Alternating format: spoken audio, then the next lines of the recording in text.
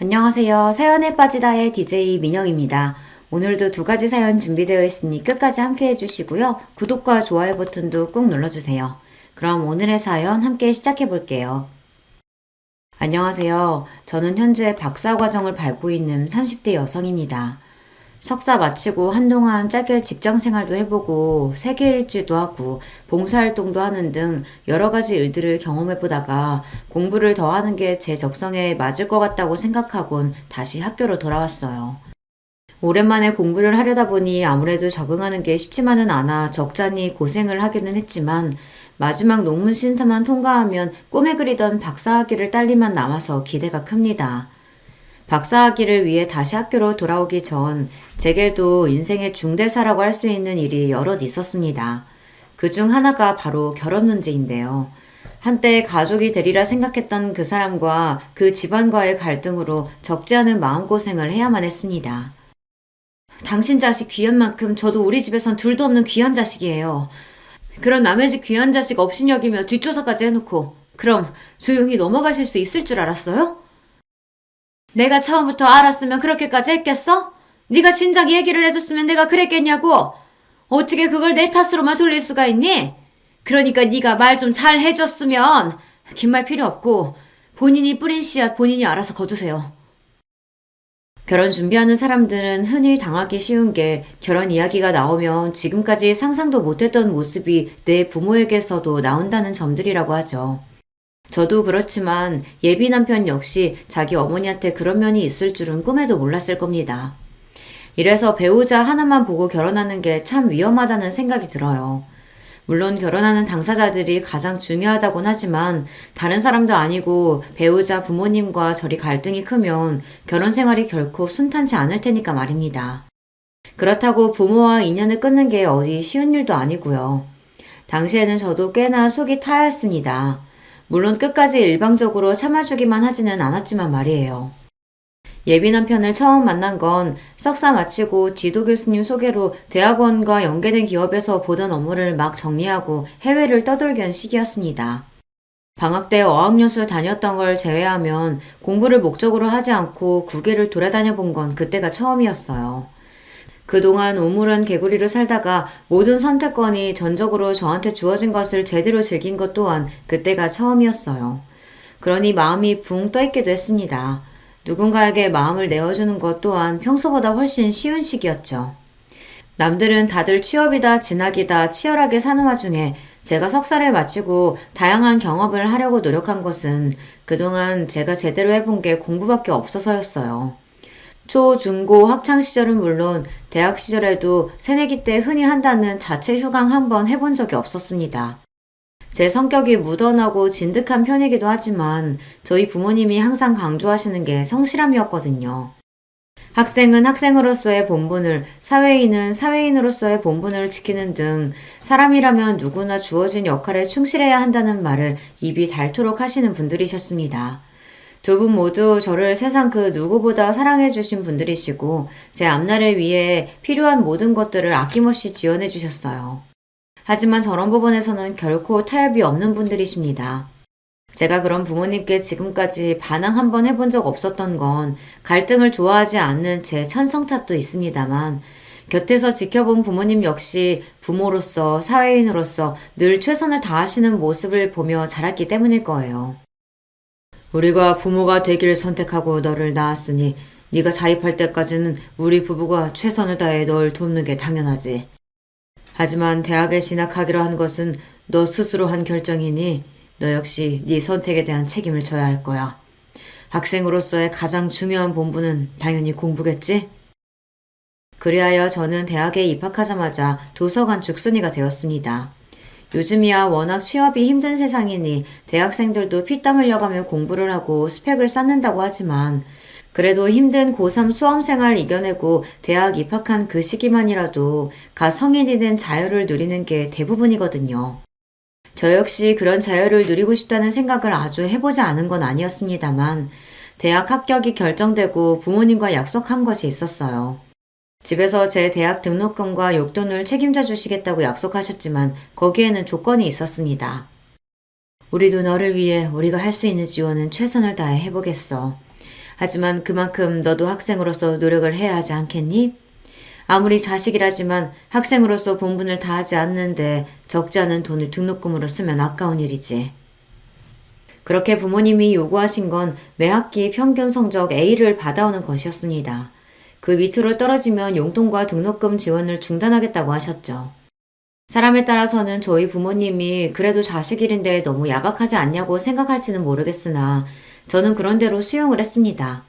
요즘 등록금이 어디 한두 푼도 아니고 아무리 부모라고 해도 비싼 등록금 줘서 학교 보내놨더니 탱자탱자 놀기만 하면 길바닥에 돈을 버리는 기분이 들지 않겠어요? 물론 요즘은 다들 성적 관리를 하는 추세이니 A 받는 게 쉬운 일은 아니기에 기준이 좀 높다고 생각하긴 했지만 집에서 지원받지 못하는 형편의 친구들 중에서는 알바를 하는 와중에도 성적 장학금을 노릴 정도로 빡빡하게 사는 친구들도 제법 있었어요. 그런 거 생각하면 저희 부모님이 내거신 조건에 토다는 것도 배부른 소리였죠. 결국은 저 잘 되라고 내거신 조건이기도 하고요. 성적 잘 받아서 좋은 건 결국 저일 테니까요. 그리하여 초, 중고 시절에도 조용히 공부만 열심히 하던 범생이었던 제 생활은 대학에 왔다고 해서 크게 달라지지 않았습니다. 사실 알바 안 하고 용돈 받았어도 그 성적 맞추려면 별로 시간 여유가 없었어요. 그렇게 휴학 한 번 안 하고 열심히 대학 생활을 했고 곧바로 진학한 대학원 석사과정 역시 마찬가지였습니다. 제 나름대로는 공부한다고 내도록 용을 쓰기는 했으나 그래도 다른 걱정 안 하고 공부만 하면 됐으니 부모님께 감사하게 생각했어요. 그리고 석사과정이 마무리될 쯤 되자 그제야 제 앞으로의 인생을 어떻게 설계할지 심각하게 고민이 되기 시작했어요. 그동안 워낙 스펙 관리를 잘해왔기 때문에 바로 취업을 하든 박사과정을 준비하든 크게 무리는 없었으나 문제는 그 어느 쪽으로도 마음이 확 끌리지 않았다는 겁니다. 생각해보면 저는 항상 제 앞에 주어진 의무와 역할을 수행하는 데 급급한 나머지 저 스스로에 대해 깊게 고민해보는 시간이 부족했던 것 같습니다. 남들 대학 진학할 때 하는 고민을 머리 다 굵어서 하게 생겼으니 저 나름대로는 걱정도 됐습니다. 돌이켜 생각하면 공부 외에는 아르바이트를 제대로 한번 해보기랬나, 그럴싸한 대외 활동을 해보기랬나, 경험이 부족해도 너무나 부족했습니다. 항상 학점 관리하느라 바빠서 친구들 다 가보는 배낭여행 한번 가본 적이 없었습니다. 그러고 교수님 추천으로 곧바로 업무에 투입되면서 마음의 갈피를 잡지 못했습니다. 방황은 청춘의 특권이라고들 하는데 저는 항상 주어진 것에 최선을 다하며 똑바로 걸어오기만 했으니 그런 생각이 들만도 했지 싶어요. 물론 그게 잘못되었다는 것은 아니고 제 경우에는 경험하지 못하고 지나온 것들에 대한 아쉬움이 진하게 남는다는 것이 문제가 되었다는 얘기예요. 그렇게 프로젝트가 끝난 후 제 인생 최초로 무계획 세계 일주를 떠나게 되었습니다. 석사 과정하면서 교수님께서 많이 배려해 주신 덕에 산하협력으로 공부와 일을 병행하는 경우가 꽤 많았기에 제법 넉넉하게 자금이 모였습니다. 저희 부모님 성격에 아무런 계획도 없이 떠나는 마당에 그 큰 돈을 이유 없이 턱턱 내어주실 분들도 아닐 뿐더러 저도 이제 나름 사회인인데 그런 걸로 집에 손 벌릴 생각은 없었습니다. 부모님 역시 경제적으로 독립한 제가 내린 결정을 존중해 주셨습니다. 사실 갑자기 제가 쉬면서 외국으로 떠돌아다니겠다고 하면 반대부터 하실 줄 알았는데 제 생각보다 저에 대한 부모님의 믿음이 없지는 않았던 것 같아요. 이제 우리 품에 가두고 보호해야 할 마냥 어린애가 아닌데 당연히 네 뜻을 존중해줘야지. 단, 선택에는 항상 책임이 따르는 거 잊지 말고. 그러고 보면 대학 졸업 이후 비록 제가 아직 대학원생으로 학생 신분이긴 했지만 저 나름대로 자립이 가능해지자 그때부터는 완전히 독립된 인격체로 저를 존중해 주시던 부모님이셨습니다. 그때부터는 제가 하는 일에 일절 터치를 안 하시더라고요. 그런 면에서는 참 쿨한 분들이셨어요. 자식 인생을 본인 인생과 동일시하고 휘두르려고 하는 부모도 많다던데 저희 부모님은 부모 자식 간에도 내 인생과 네 인생 구분이 철저하신 분들이셨어요. 그렇게 기대 반 두려움 반으로 그간 경험해보지 못한 미지의 세계로 출발했습니다. 처음에는 가볍게 여행 목적으로 유럽 대륙 쪽을 돌다가 충동적으로 아프리카 대륙에까지 흘러들어가게 되었어요. 이렇게 길게 시간을 빼지 않으면 앞으로 아프리카에 가볼 기회는 없겠다는 생각이 드니 주저하는 게 시간 낭비처럼 느껴지더라고요. 아프리카는 제가 생각했던 것 이상으로 아름다웠고 또 제 기대 이상으로 덥고 힘들고 저를 지치게 하기도 했어요. 아무래도 우리나라에 비교하면 치안 역시 여자 혼자 돌아다니기에는 우려되는 부분이 있어서 마냥 자유롭게 돌아다닐 수만도 없었습니다. 그러던 와중에 접하게 된 게 바로 해외 봉사활동이었어요. 아직 낙후된 지역이 많다 보니 몇 안 되는 도시를 떠나면 도움의 손길을 요하는 사람들이 지천에 널려 있었습니다. 처음에는 잠깐 다른 소도시로 떠나기 전에 손이라도 빌려줄까 싶어 초보 자원봉사자들이 할 만한 자잘한 소일거리를 돕던 것이 어느덧 본격적으로 두 팔 걷어붙이고 자원봉사에 뛰어들게 되었습니다. 그도 그럴 것이 도울 것이 끝도 없이 이어졌습니다. 게다가 특히 도움의 손길이 필요한 어린아이들이 많다 보니 눈에 밟혀서 쉽게 그만두기도 힘들더라고요. 제가 봉사하던 곳에 한국 국적의 봉사자들이 많았던 것도 제 발길을 잡았습니다. 여행지에서 잠깐 스쳐 지나가는 한국인들 외에 오랜만에 같은 나라 사람들을 봤더니 반가운 마음이 많이 들더라고요. 예비 남편을 처음 만난 곳 또한 그곳에서였습니다. 그 사람 직업은 의사였습니다. 자원봉사자들 중에서도 가장 수요가 많은 직군이었죠. 아무래도 병원 시설이나 의료진 수가 턱없이 부족한 경우가 많으니 당연한 일이었습니다. 그러다 보니 자원봉사자들 중에서 가장 일이 많고 고생하시는 분들이 의료진 분들이셨어요. 자연히 봉사하는 와중에 그분들 한 번이라도 더 챙기게 되더라고요. 예비 남편 역시 마찬가지였습니다. 조 선생님, 여기 물 한 컵 다 비우시고 조금만 쉬다가 하세요. 그러다 진짜 탈수와요. 감사합니다, 지희씨. 항상 바쁘신데 저희들까지 챙겨주시고 늘 감사해요. 그렇게 작은 것으로 마음 쓰는 것이 여러 번 오가게 되니 가까워지지 않기가 더 힘들었습니다. 특히나 처음부터 봉사 목적으로 봉사단과 함께 입국한 것이 아니라 현지에 여행 왔다가 자원봉사자로 눌러앉은 저 같은 경우가 흔한 건 아니었으니 제게 호기심을 갖기도 쉬웠을 거예요. 그렇게 종일 정신없이 환자들을 돌보다 저녁에 쉬는 시간에 서로 살아온 이야기를 두런두런 나누다 보니 그 사람과 급속도로 가까워지게 되었습니다. 얘기하다 보니 두 사람 간의 공통점도 꽤 많았고요. 저도 지금껏 꽤나 공부하느라 고생을 해왔지만 아무렴 의대생만 하겠습니까? 그 사람 역시 이런 긴 해외 봉사활동 자체가 처음이었어요. 저 여기 나오다고 했을 때 저희 집에서 걱정이 이만저만이 아니셨어요. 힘들게 공부해서 의사 됐으니 이제 제 갈 길 가겠지 싶었는데 갑자기 의료봉사단으로 아프리카에 가겠다고 선언을 했으니 집안이 발칵 뒤집어졌죠. 그동안 제가 집에서 큰 소리 한 번 내본 적이 없었거든요. 딱히 사춘기를 험하게 겪은 것도 아니라 조용히 넘어가기도 해서 지금 여기 온 게 제 인생에서는 첫 반항이나 마찬가지예요. 이 나이 먹어서 반항이라는 말도 우습긴 하지만 저희 어머니 입장에서는 그러셨겠죠.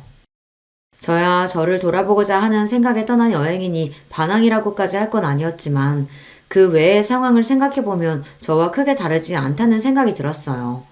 성격 역시 저처럼 수더분하고 지금껏 살면서 크게 갈등을 겪지 않은 것 또한 참 잘 맞는다고 생각했고요. 비슷한 성격과 환경에 말도 잘 통하고 거기다 타지에서 동양인들이 함께 고생하면서 쌓은 끈끈한 정은 무시 못할 일이거든요. 한국에서였으면 그렇게 처음 보는 사람과 이성적으로 빨리 가까워지지는 못했을 텐데 그 사람하고는 순식간에 가까워졌습니다. 그렇게 그 사람이 먼저 봉사단 일정을 마치고 돌아가고 얼마 지나지 않아 저도 박사학위 취득을 위해 대학원 진학을 결심하고 귀국하면서 한국에 돌아왔어요. 저희 둘 만남은 그렇게 계속 이어졌습니다. 의사인 그 사람도 많이 바빴지만 저 역시 잠시 학교를 떠나 있다가 다시 공부를 시작하려니 여간 힘들지 않더라고요. 두 사람 모두 바쁘니 연애 시작한 지 얼마 되지 않았다고 내도록 붙어 있을 수는 없었지만 그래도 어떻게든 짬을 내 그 사람이 저를 찾아오면서 나름대로 잘 만났습니다. 사실 예비 남편이 그렇게까지 저한테 지극정성으로 대하고 시간을 빼러 만나러 오지 않았다면 저희 관계가 지속되기는 어려웠을 겁니다. 그만큼 많이 바빴으니까요. 저도 그 사람에 대한 호감이 컸지만 그 사람의 저에 대한 마음은 의심의 여지가 없었습니다. 시작한 계기가 특별한 만큼 감정이 무르익은 상태였어요. 짧은 만남 이후 헤어질 때마다 여지없이 아쉬움을 토로하는 예비 남편이었어요. 이렇게 겨우 시간 내서 보는 게 아니라 결혼해서 같이 살면 매일 같이 있을 수 있으니까 정말 좋을 텐데. 지희 씨나 저는 아무리 바쁘다고 해도 집에는 돌아올 거 아니에요. 이렇게 은근슬쩍 결혼 이야기를 꺼낼 때만 해도 아쉬운 마음에 꺼낸 이야기겠지 했습니다. 아직 저희가 만난 게 3개월도 채 안 되었으니 결혼 이야기가 너무 이르다고 생각했어요. 한창 좋을 때니 그 정도 연애했을 때 남자들이 흔히 하는 얘기 정도로 치부했죠. 게다가 저는 이제 막 박사과정에 들어간 단계 아닙니까? 저 역시 그 사람이 참 좋긴 했지만 당장 결혼할 생각은 전혀 없었습니다. 그렇기에 그게 예비 남편이 진지하게 결혼을 고려해서 한 발언인 줄은 미처 깨닫지 못했어요. 그래서 간신히 연애 100일을 채운 날 예비 남편으로부터 프로포즈를 받고 제가 얼마나 당황했을지 상상이 가시나요? 요즘에는 결혼날 다 잡고 프로포즈 받는 게 보통이라면서요. 제 입장에서는 서프라이즈도 이런 서프라이즈가 없었습니다. 어찌나 당황했던지 대답을 기대하면서 초롱초롱 빛나는 예비 남편 눈동자를 보며 식은땀이 삐질삐질 흘렀어요.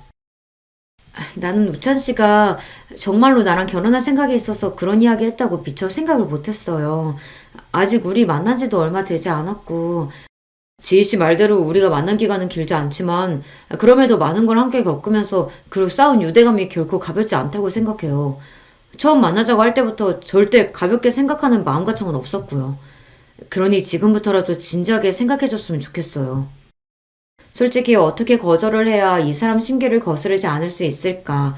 처음에는 그런 생각밖에 들지 않았습니다. 당장 결혼할 생각이 없기는 했지만 저 역시 예비 남편이 정말 좋았거든요. 이거 지금 거절했다가는 이대로 이 연애가 끝나는 거 아닌가 생각하니까 섣불리 거절 의사를 표하는 것조차 쉽지가 않았어요. 아무리 그래도 사람을 적어도 계절 한 번씩은 다 겪어봐야 하는 거 아니겠어요. 다른 것도 아니고 결혼인데요. 하지만 저 사람 말 맞다나 내 인생에서 저 사람만큼 특별한 사람이 다시 나타날까 생각하니 도무지 그럴 것 같지가 않더라고요. 제가 며칠을 고민에 끙끙 앓자 제 딴에는 티를 안 낸다고 한 건데도 엄마가 곧장 알아차리시더라고요. 역시 엄마는 속이는 건 만만치 않은 일입니다. 결국 제가 답답한 마음에 얼마 전 있었던 일을 털어놓게 되었습니다. 만난 지 얼마나 됐다고 벌써? 저희 엄마도 놀라시더라고요. 보통 이런 게 정상이죠. 뭐 3개월 만나고 결혼해서 잘 사는 분들도 있다는 얘기를 듣기는 했습니다만 제가 그렇게 열정으로 활활 불타오르는 성정의 사람도 아닌지라 솔직히 그렇게 급하게 결혼하는 게 잘 이해는 안 돼요. 예비 남편 역시 저랑 비슷한 사람이라고 생각했기에 더더욱 당황스러웠습니다. 항상 신중하고 생각이 깊은 사람이었는데 결혼 문제에 이렇게 저돌적으로 나올 거라고는 예상치 못했습니다. 그건 짧게 만났다고 꼭 결혼에 대해 경솔하게 생각한다고 할 수는 없지. 그만큼 상대방 입장에서는 너한테 확신을 가지고 있다는 뜻이 될 테니까. 나를 그렇게 생각해주는 건 고맙지만 솔직히 선뜻 대답을 못하겠어. 왜? 너는 그 사람한테 아직 그만한 확신이 들지 않아? 아니, 나도 그 사람이 지금껏 만난 사람하고는 비교도 안 돼. 애초에 이렇게 급속도로 가까워진 사람도 없기도 했고, 그치만 현실적인 문제도 생각을 안 할 수가 없잖아. 나 박사과정 시작한 지 얼마 안 됐다고. 그럼 그렇게 말을 해. 다른 것도 아니고 결혼 문제인데 상대방 기분 상하게 할 거 생각해서 네 할 말을 못하면 안 되지. 그게 맞다는 건 저도 알고 있었습니다. 하지만 감정이라는 건 참 간단하지가 않은 문제였어요. 그걸 알면서도 거절과 동시에 헤어지게 되지는 않을지 자꾸만 걱정이 되었습니다. 봉사하면서 그리고 짧은 연애 기간 동안 옆에서 지켜보면서 예비 남편이 인간적으로 참 좋은 사람이라는 건 잘 알고 있었습니다. 객관적인 결혼 조건을 놓고 생각해봐도 절대 빠지는 사람이 아니었어요. 사짜 직업 가진 신랑감이야 뭐 언제든 1등 신랑감으로 손꼽히니까요.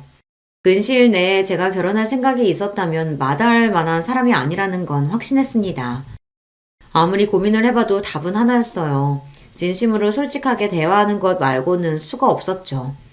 고민에 고민을 거듭한 끝에 조심스럽게 제 의사를 전달했을 때 예비 남편 눈이 실망으로 물드는 걸 분명히 확인할 수 있었습니다. 저도 만약에 결혼을 하게 된다면 의심의 여지 없이 상대는 우찬 씨라고 생각해요. 저한테도 우찬 씨는 소중한 인연이니까요.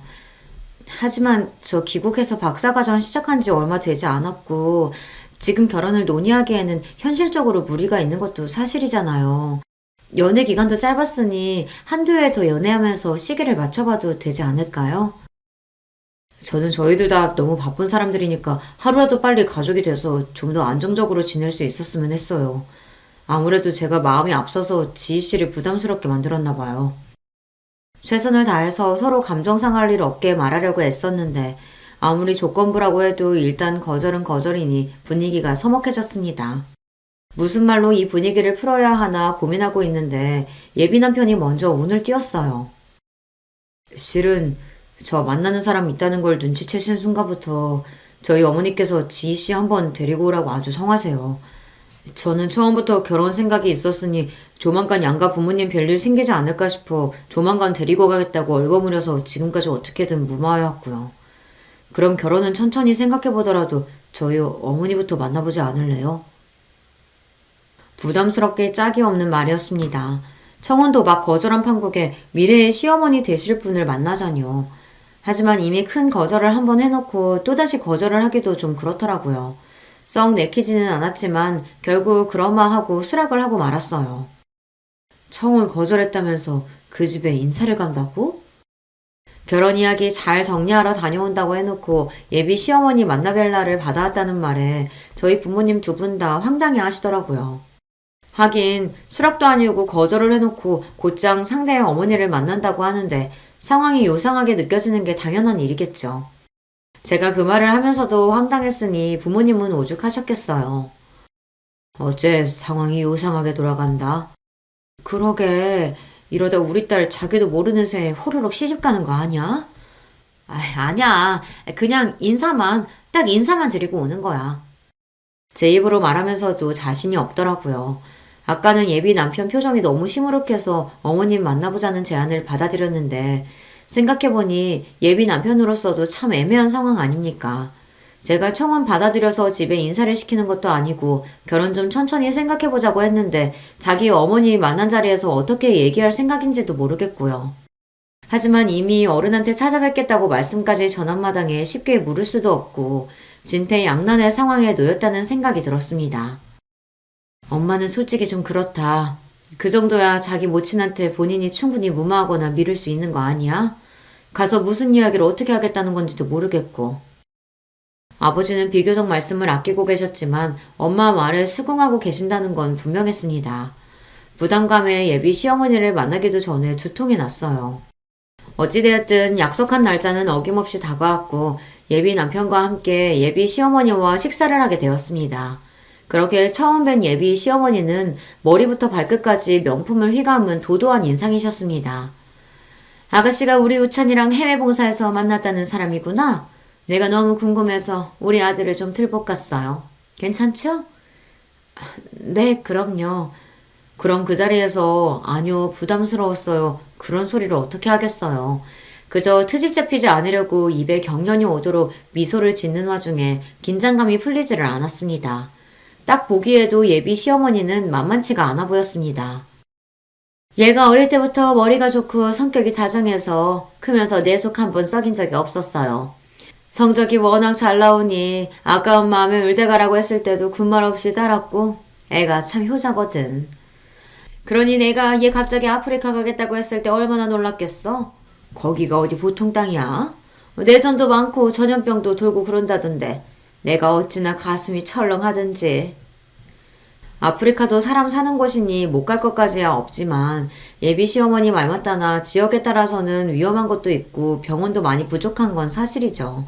부모 입장에서는 걱정이 될 수도 있다는 생각이 들었습니다.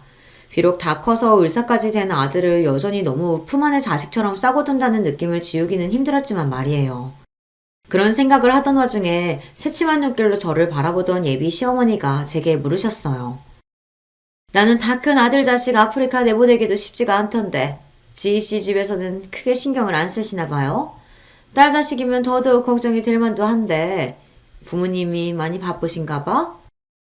저희 부모님이라고 어떻게 걱정이 없으셨겠어요.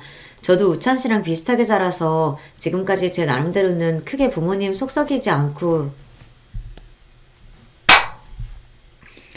저도 우찬 씨랑 비슷하게 자라서 지금까지 제 나름대로는 크게 부모님 속썩이지 않고 자라서 부모님께서도 걱정되는 와중에 저를 많이 믿어주신 것 같아요. 믿기야 나도 우리 우찬이 많이 믿지. 그거랑은 또 별개인 건데. 묘하게 말하는 뉘앙스가 저를 꼭 집에서 내놓은 자식인 것처럼 말한 것 같아서 저도 모르게 저희 부모님 변호를 하게 되더라고요.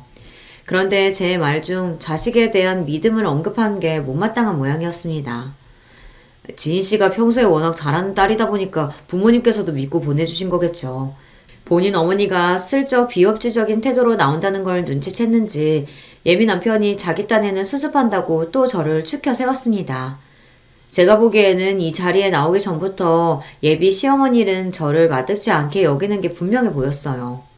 그렇지 않고서야 처음 대화에 물꼬를 트면서부터 저렇게 은근한 시비조로 나올 리가 없었죠. 그래서 결혼은 올해 안으로 할 건가? 준비할 게 한두 가지가 아닌데 그럴 시간 뺄 수 있겠어? 박사과정 중이라고 들었는데. 엄마, 그 얘기는 저랑 따로 하셨잖아요. 저는 분명히 최소 향후 1년 동안은 결혼할 의사가 없음을 분명히 밝혔습니다.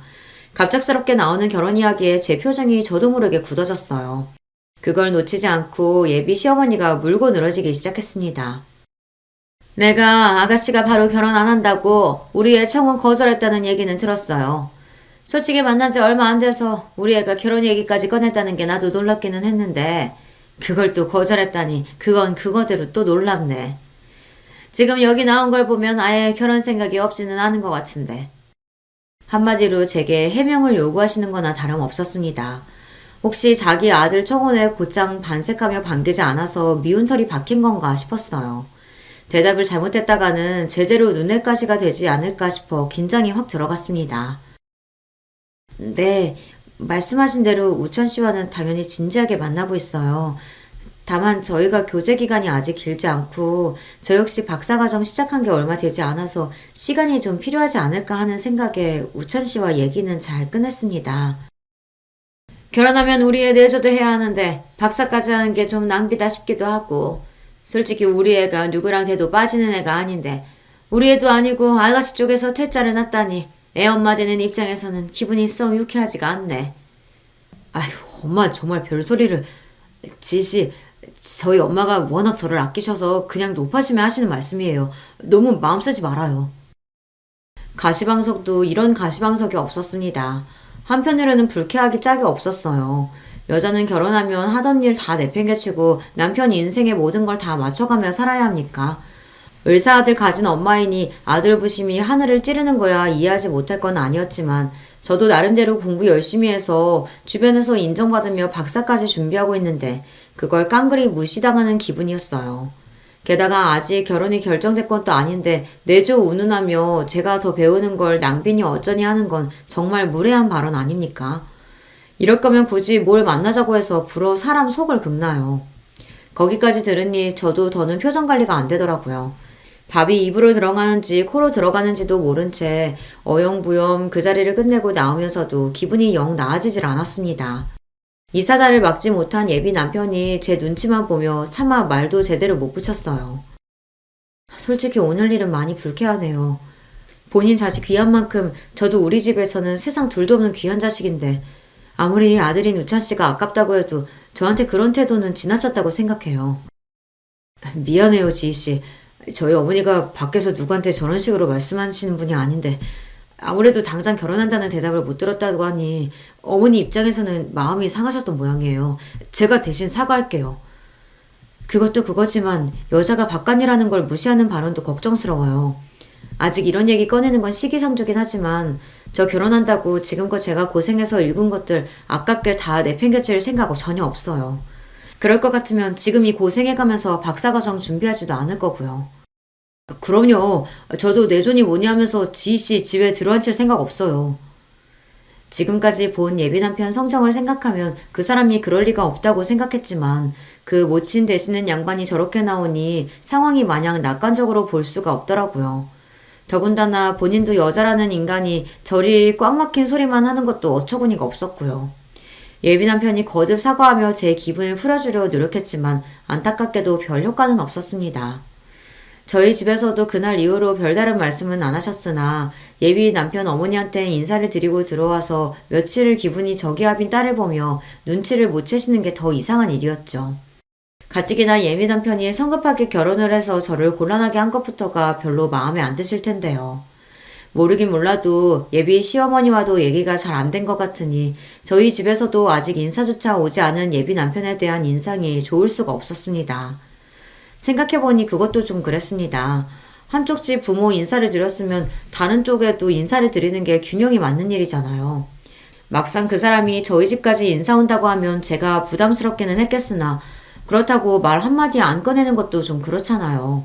꼭 저희 부모님 존재를 무시하는 것 같고 하여튼 한 가지가 마음에 들지 않기 시작하니 괜히 다른 것도 미워 보이고 그렇더라고요. 그렇게 예비 시어머니를 만나고 며칠이 지나지 않아 그분으로부터 연락이 왔습니다. 내가 지금 그 학교 근처인데 좀 봤으면 싶네. 지금이요? 약속도 없이 저는 강의도 있는데 결국 어쩔 수 없이 강의도 못 들어가고 약속 장소로 나갔습니다. 실내에서 선글라스까지 끼고 팔짱을 끼고는 턱을 빳빳이 쳐들고 있는 시어머니 옆으로 위압적인 덩치의 웬 남자 하나가 정장 차림으로 그 옆에 떡 버티고 서 있었어요. 처음에는 경호원인가 싶었습니다. 거두절미하고 그러니까 당장은 아니더라도 우리 우찬이랑 결혼할 생각은 있다 이거지? 이제는 아예 대놓고 하대였어요. 누가 봐도 사람을 내리 깔아보면서 무시하는 태도에 기분이 확 나빠졌습니다. 하지만 그때까지만 하더라도 예비 남편에 대한 감정이 사라진 건 아니었습니다. 네, 우찬 씨와도 그렇게 얘기했고요. 우리 애야 지금껏 공부만 하느라 순진에 빠져서 여자를 몰라도 너무 몰라. 자기가 얼마나 잘난 놈인 줄도 모르고 자기가 의사인데 못해도 똑같은 의사를 만나던가 아니면 집안이라도 빵빵한 여자를 만나던가 그 빌어먹을 해외 봉산이 나발이니 거기 가서 만난 여자라니 내가 진짜 기가 막혀서 저번에도 참 말을 가릴 줄 모르다고 생각했는데 지금에 비하면 그때 한 말은 될 것도 아니었습니다. 대놓고 제게 저기를 드러내는 태도에 숨이 턱 막혔어요. 제가 의사는 아니더라도 연구원으로서 제 가치가 이런 취급을 받을 일은 절대 아니라고 생각해요. 애초에 결혼도 당신 아들이 밀어붙인 거지 제가 당신 아들과의 결혼에 목맨 것도 아닌데 왜 이런 소리를 들어야 하나 억울한 마음이 들었습니다. 저번부터 말씀이 지나치신 것 같습니다. 정 제가 마음에 들지 않으시면 애초에 만나시지 않으실 수도 있으셨고 아드님 통해서 나는 이 결혼 성사되길 원치 않는다고 하시면 될 일을 굳이 저를 불러내서 이렇게 모진 말씀 하실 거 없잖아요. 우찬 씨 귀한 아드님인 것만큼 저도 저희 집에서는 귀한 딸 자식이에요. 말씀 함부로 하지 말아주세요. 어디 어른이 말씀하시는데 따박따박 말댔고요. 하나를 보면 열을 한다고 딸년 교육을 이따위로 시켰는데 그 부모라고 제대로 됐겠어? 애초에 정신머리가 있는 부모라면 딸 자식 혼자 외국으로 돌리는 게 말이 되냐고. 여자가 조신하지 못하게. 다니면서 어떻게 놀고 다녔는지 알게 뭐야? 저도 모자라서 제 부모님 욕에 외국에서 어떻게 놀았느냐니 하는 그 천박한 발언은 또 뭡니까? 이쯤 되니 그냥 저랑 개싸움하려고 불러낸 건가 진짜 제정신인가 싶었어요. 물에도 정도 것이지 지금 그게 무슨 말씀이세요? 그쪽이 뭐라고 저희 부모님한테 그런 모욕을 주세요. 당장 사과하세요. 사과? 사과는 내가 받아야지. 순전히 내 아들 꼬여낸 것도 모자라 감히 네 주제에 내 아들 청혼을 거절해? 네가 어디 가서 을사 남편 만날 재주가 있다고? 도대체 뭐 하자는 건지 모르겠네요. 제가 우찬 씨랑 결혼하는 것도 싫고 제가 우찬 씨 청혼을 거절하는 것도 싫고 뭐 어쩌자는 거예요? 당연히 내 잘난 아들이 널 차야지. 10살짜리만도 못한 소리를 바락바락 내지르는 꼬락서니를 보고 있자니 기가 막혀서 말문이 막혔습니다. 이런 꼴까지 봤는데 저라도 저런 여자 며느리가 되고 싶겠어요. 자기 어머니가 어떤 사람인 줄 알고 저한테 굳이 인사까지 시킨 예비 남편에게까지 정이 떨어질 지경이었습니다. 정말 기가 막히네요. 아드님 그리 아까우시면 그냥 끼고 사세요. 이게 말버릇하고는 내 아들은 내가 너랑 비교도 안 되는 잘난 여자 찾아서 붙여줄 거야. 이 건방진 거. 내가 너 이대로 곱게 놔둘 것 같아? 김비서, 당장 전현 지금까지 어떻게 살았는지, 부모란 인간들은 뭐하는 인간들인지 하여튼 걸리는 건 다 싹 철저히 조사해봐. 너 어디 하나라도 걸리면 보자. 미쳤어요? 지금 누구 뒷조사를 한다는 거예요? 옆에 장승처럼 서있던 덩치가 저 여자 집안 비서였던 모양입니다. 예비 남편 아버지가 사업을 한다고 들었으니 회사 비서인지 저 여자 개인 비서인지까지는 모르겠으나 그 인력까지 끌어와서는 저를 겁이라도 줄 요량이었겠죠. 아주 입을 열면 열수록 천박함이 줄줄 흘러내렸습니다. 나야말로 나한테 이따 이러고는 당신 가만히 둘 줄 알아? 당신이야말로 각오 단단히 해. 제 말에 콧방귀를 끼는 그 여자에게 쏘아붙이고 그 자리를 박차고 나왔습니다. 세상에 경우가 없어도 저렇게 경우 없는 인간을 본 적이 없었어요. 부하가 머리 끝까지 치밀어 올라 온몸이 부들부들 떨렸습니다. 그 분풀이할 대상은 한 사람뿐이었어요. 지희씨? 당신 어머니 진짜 제정신이에요? 살면서 이런 모욕은 처음이야. 저런 인간인지 알면서도 나한테 소개시킨 거면 우찬씨도 공범인 거고 그걸 몰랐대도 정말 기가 차네요. 나도 그런 사람이랑 가족으로 엮일 생각 추워도 없어요. 결혼이고 뭐고 싹 다 없던 걸로 해요. 그러고는 전화를 확 끊어버렸습니다. 그러고 일주일을 예비 신랑을 만나주지도 전화를 받지도 메시지에 답을 해주지도 않았습니다. 고작 이 정도로는 성에 차지 않았지만 따지고 보면 예비 남편보다는 예비 시어머니에게 한껏 퍼부어줘야 이 분이 풀릴 것 같았습니다. 그렇게 딱 일주일을 채운 후 저는 그 예비 시어머니라는 집에 쳐들어갔습니다. 그 여자가 저를 불러냈을 때 제 비서까지 들러리를 시키며 위압감을 조성했으니 저도 제 지원군과 함께했어요.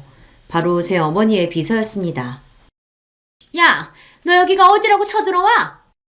여전히 기세가 등등해서는 눈을 부라리며 제게 위협적으로 소리치는 그 여자였습니다. 하지만 저에게는 그저 우스울 따름이었죠. 제 딴에는 화가 나서 길길이 날뛰느라 제 옆에 있는 사람은 보지도 못하는 것 같았습니다. 왜? 내가 어디 못 올 때 왔어요? 더럽게 잘난 척 하더니 집이라고는 쥐똥만하게 별로 볼 것도 없네. 뭐야? 이판사판인데 저라고 말 곱게 할 이유는 더 없죠. 지가 날뛰어봤자 제 손바닥 아니었습니다. 당장이라도 저를 후려치기라도 할 기세로 들려드는 그 여자를 어머니 비서가 막아섰습니다. 저희 어머니 비서분도 저 여자 비서 못지않게 강골이시거든요. 단박에 양손이 결박되고 고무나무에 매달린 매미꼴이 된 여자가 버둥거리기 시작했습니다. 야, 너 이거 안 나? 감히 내가 누군 줄 알고? 김비서, 이것들 안 내보내고 대체 뭐 하는 거야, 김비서! 제 힘으로 안 되니 제 비서만 목이 터져라 찾고 있었습니다. 그때였습니다. 서류 봉투를 든 그 여자 비서가 사색이 되어 사장실 안으로 뛰어들어온 건 말이죠. 지금껏 어디서 뭐 하다가 이제야 나타나! 당장 이것들부터 끌어내지 못해? 사모님, 제발 말씀 좀. 이러시면 저희가 정말 곤란해집니다. 뭔 소리를 하는 거야? 저것들 치우라니까! 사모님, 저분 건드리면 진짜 저희 다 죽습니다. 제발 고정하세요. 도대체 지금 무슨 소리 하는 거야? 그 여자 비서가 사시나무처럼 벌벌 떨며 저희 쪽을 제대로 올려다보지도 못하고 있었어요. 눈치를 보니 제가 누구인지 그리고 저와 함께 온 남자가 누구인지 진작 알아본 것 같았습니다. 그때 제 옆에 서 있던 어머니 비서가 앞으로 나섰습니다. 넌 또 뭐야? 정신머리가 없어도 보통 없는 게 아닌 모양이네. 그래도 정 비서님은 알아볼 줄 알았더니만. 한심하다는 듯 혀를 끌끌 차는 제 말에 그제야 그 여자가 어머니 비서 얼굴을 유심히 바라보기 시작했습니다. 그러더니 드디어 알아챈 건지 낯빛이 시퍼렇게 질리기 시작했어요. 아니, 이 사람이 지금 왜 여기 있어? 아니, 어떻게 저거라?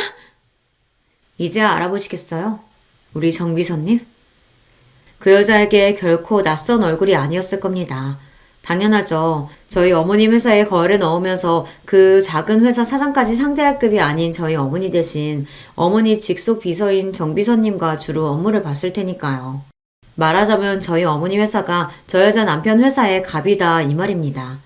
보통 회사 대표는 남자들이 많고 그러면 자식도 성이 같을 테니 연상하기 더 쉬울 테지만 저희 엄마랑 제 성은 다르니까요. 제가 엄마 회사 행사에 참여한 적도 거의 없었으니 더더욱 연결시키기가 어려웠을 겁니다. 앞서 말했듯 저희 부모님 모두 이런 쪽으로는 냉정할 정도로 쿨한 분이셔서 본인 인생은 본인 인생이고 자식 인생은 자식 인생인 분들이시니까요. 굳이 회사 물려받을 생각도 없는 딸내미 억지로 회사 행사에 동원시키는 일도 없으셨거든요. 하지만 그건 그거고 하나뿐인 딸이 웬 막대먹은 여자에게 온갖 모욕을 당하고 돌아왔다는데 그걸 참고 넘길 저희 엄마가 아니셨어요. 그것도 충분히 대체할 곳이 넘쳐나는 고만고만한 하청업체라면 더 말할 것도 없었습니다. 이런 식으로 또 뵙게 되네요. 이건 저희 대표님께서 보내신 겁니다. 생각지도 못했던 제 정체에 경악한 그 여자가 입도 못 다물고 서 있었어요. 어머니 비서가 그 여자 비서에게 서류 하나를 건넸습니다. 그 여자 비서가 헐레벌떡 열어본 봉투에는 계약 파기를 알리는 서류가 동봉되어 있었습니다. 한마디로 더는 저 집 회사와 거래할 일이 없다는 뜻이었죠. 사모님, 그러니까 제발 자중하시라 그렇게 말씀드렸는데. 사태의 심각성을 인지한 그 여자 비서가 전화를 붙들고 황급히 밖으로 뛰어나갔습니다. 이 비상사태를 얼른 회사 사장에게 전해야 하니 발등에 불이 떨어졌겠죠. 이윽 후 유일한 제 편인 비서도 사라지고 그 여자가 손을 벌벌 떨며 떨어진 서류를 주어 믿기지 않는다는 듯 몇 번이고 서류를 확인하고 또 확인했습니다. 100번은 읽어봐야 내용은 똑같을 텐데 뭘 미련을 떨고 있어요. 내 뒷좌서 한다고 아주 길길이 놔뛰길래 난 진작 알아내고 나한테 내 발로 기어올 줄 알았더니 회사가 코딱지만 해서 그런가 정보력도 참 형편없네. 상황 파악했으면 가서 당신 남편한테 원망 들을 마음의 준비나 해요. 당신 남편 회사 폭탄 맞은 건 다 당신 때문이니까. 멍청하게 서있던 여자가 신나게 비꼬는 제 말에 퍼뜩 정신이 들었는지 갑자기 제 앞에 철퍼덕 주저앉았습니다. 그대로 양손으로 제 다리를 붙들려고 드는 걸 곧바로 어머니 비서가 제지했습니다. 아이고, 우리 남편 회사는 안 돼. 그게 어떤 회사인데. 우리 집 밥줄인데 그걸 이렇게 끊는 법이 어딨어. 뭐 대단한 인간이라도 된 것처럼 나의 집 귀한 자식 짓밟는 건 되고 내가 당한 만큼 갚아주는 건 왜 안 돼? 덩치까지 끌고 나와서 약하고 만만해 보이는 여자 위협하는 비열한 짓거리 했으면 당신도 되돌려 받아야지. 안 그래? 제 천박한 짓거리가 눈덩이처럼 불어나 초래한 작금의 사태에 돌아버릴 지경인지 부끄러운 줄도 모르고 바닥에 붙은 그 여자가 펑펑 울기 시작했습니다. 그러더니 고 두 손을 모으고 파리처럼 싹싹 빌기 시작했어요. 아이고 아가씨, 내가 사람을 몰라봐도 한참 잘못 보고 내가 이렇게 빌게. 제발 우리 애아빠 회사는 건들지 말아요. 잘못은 나 혼자 했잖아. 내가 시키는 건 다 할 테니까 제발. 집어치워. 그러는 나는 뭘 잘못해서 당신 같은 천박한 여자한테 그 소문을 겪게 만들었어. 우리 부모님은 뭘 잘못했다고 그 모욕을 들어야 했는데 내가 당신 때문에 겨우 그 당신 잘난 아들 때문에 이 꼴을 겪었는데 나라고 사정 봐줄 이유 없지. 다른 사람 함부로 휘두르려고 한댔까 똑똑히 한번 치러봐. 그리고는 그 여자가 바닥을 기든 엎드려 읍소를 하든 신경도 쓰지 않고 그곳을 빠져나왔습니다.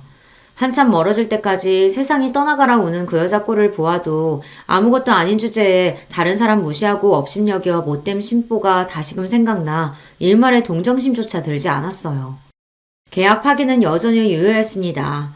좀 더 정확히 말하자면 얼마 남지 않은 계약 기간을 더는 연장하지 않겠다는 게 맞겠네요. 그러니 크게 법적으로 문제될 것도 없었습니다.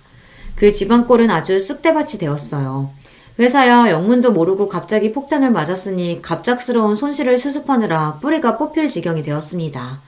뒤늦게 이 모든 사태가 제 아내의 추악한 만행으로부터 시작된 것을 안 예비 남편의 아버지가 온 가족을 대동하고 저희 집 앞으로 몰려와 석고대죄를 했으나 거래가 재개되는 일은 결코 일어나지 않았습니다.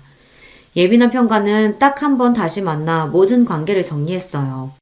마지막으로 본 지 얼마 되지도 않았는데 눈에 띄게 수척해진 걸 보니 마음이 좋지 않았으나 그 역시 이 모든 일에서 무결하다고 보기는 어려웠어요. 그래도 경우가 없는 사람은 아닌지라 제가 자기 모친에게 어떤 수모를 당했는지 전말을 전부 알고 난 후에는 차마 저희 집에 선처를 바라지도 못하더라고요. 내가 처신 잘했다면 어머니가 저렇게까지 굴지는 못하셨을 텐데 제가 좋다고 결혼 이야기까지 꺼내놓고 이런 일까지 당하게 만들어서 정말 미안합니다. 이제 다시는 지희씨 불편하게 하는 일 없을 거예요. 정말 미안해요. 그래도 천성은 선한 사람이고 좋은 점이 많은 사람이니 저 사람만큼은 잘 살았으면 싶었습니다. 저런 모친 만난 건 저 사람한테도 안타까운 일이죠. 비록 그것까지 함께 짊어질 만큼 그 사람에 대한 사랑이 깊지는 않았던 것 같지만 말이에요. 그 전 예비 시어머니라는 여자가 이혼 소송을 당했다는 이야기를 어머니 비서 통해 전해 듣게 되었어요. 전 예비 남편 아버지 회사가 입은 타격이 그만큼 크다는 뜻이기도 했어요. 보통 애정이 아니고서야 그걸 넘기고 같이 살긴 힘들었을 겁니다. 예전에 전 예비 남편으로부터 친정 형편이 하도 안 좋아서 지금 사모님 소리 듣고 사는 걸 자랑으로 여기고 산다는 자기 어머니 이야기를 들은 적이 있습니다. 이제 사모님 소리는 듣기 글렀으니 하나 남은 유일한 자부심인 의사 아들한테 더 집착하려나. 모를 일이죠. 비록 그 의사 아들도 더는 살가운 효자 아들이 아닐 것 같기는 하지만요. 그렇게 크게 마음에도 없던 결혼 문제로 한참 속을 들쑤시다 비로소 정리가 되었습니다. 얼마간 속이 시끄럽긴 했으나 박사 논문 준비하는 일이 보통 힘든 게 아니라 저절로 생각이 싹 비워지더라고요. 역시 저는 공부가 체질인 모양입니다. 제가 진정으로 결혼 생각이 들 때가 아니라면 상대방이 밀어붙인다고 끌려갈 일이 아니라는 걸 이보다 더 확실하게 학습할 수는 없었겠죠. 자기 인생의 중심은 자기 스스로여야 한다는 당연한 사실을 다시금 마음에 새기며 살고 있습니다.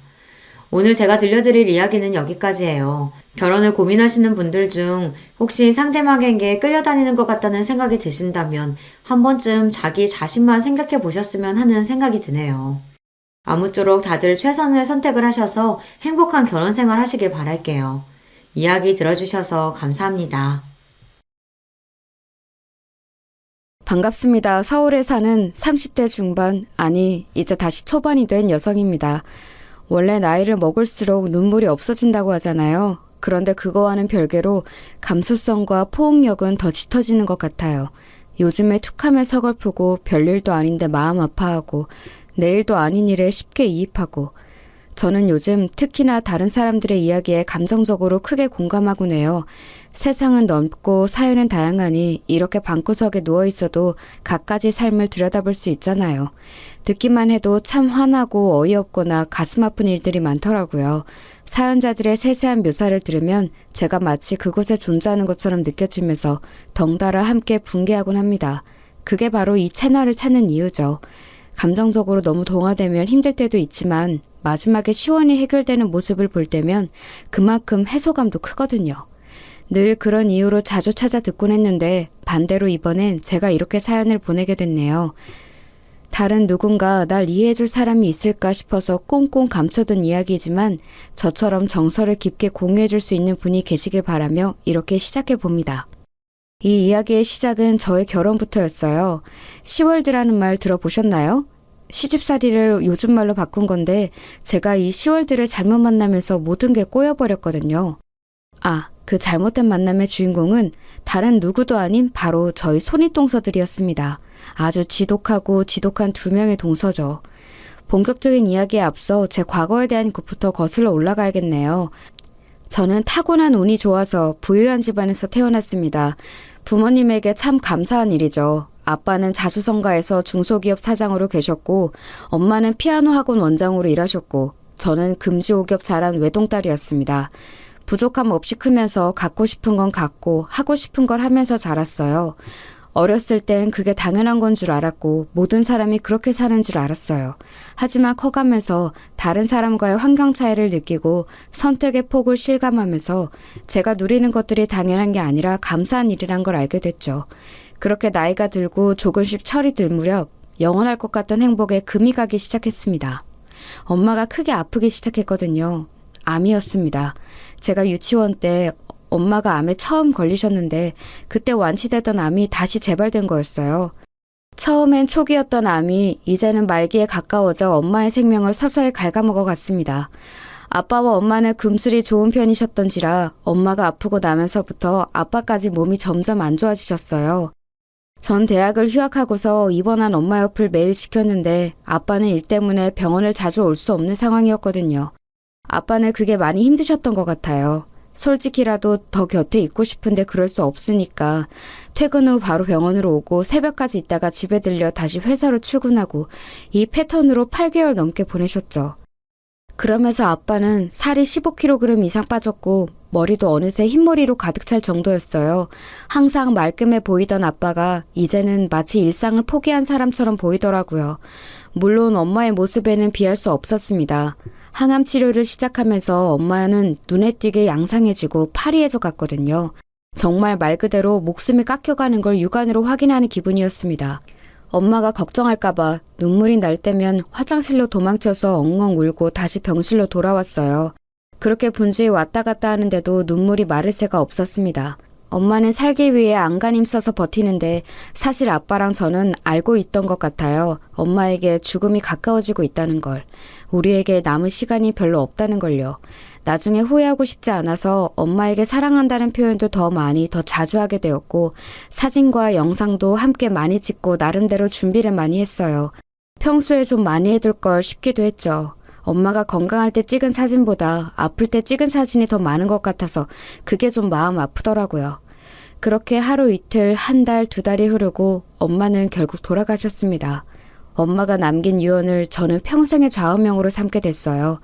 살아가며 마주한 이들에게 손을 내밀어주고 그들이 내밀어준 손을 잡으며 나아가라는 말이었죠.